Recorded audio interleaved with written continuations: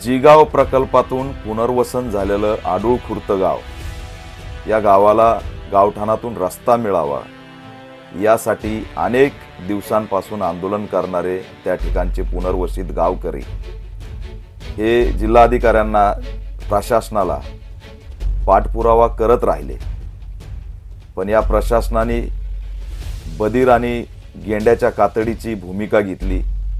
त्यांच्याकडे लक्ष दिलं नाही, त्यांच्या मागणीला गांभीर्याने घेतलं नाही.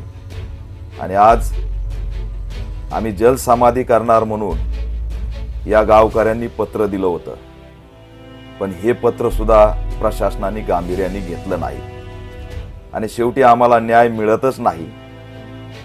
या उद्विग्न मानसिकतेत आज गावकरी आंदोलक नदीच्या कडीला पोहोचले.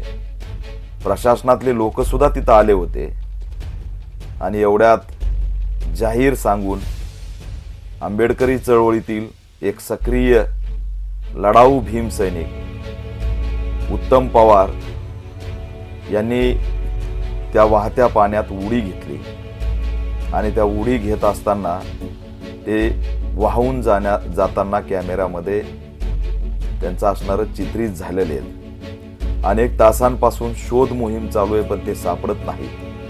याला जबाबदार कोण आहे? आंदोलकांना त्यांच्या मागणीला गांभीर्याने घ्यायचं नाही. राज्य सरकारने कायम कानाडोळा करायचा.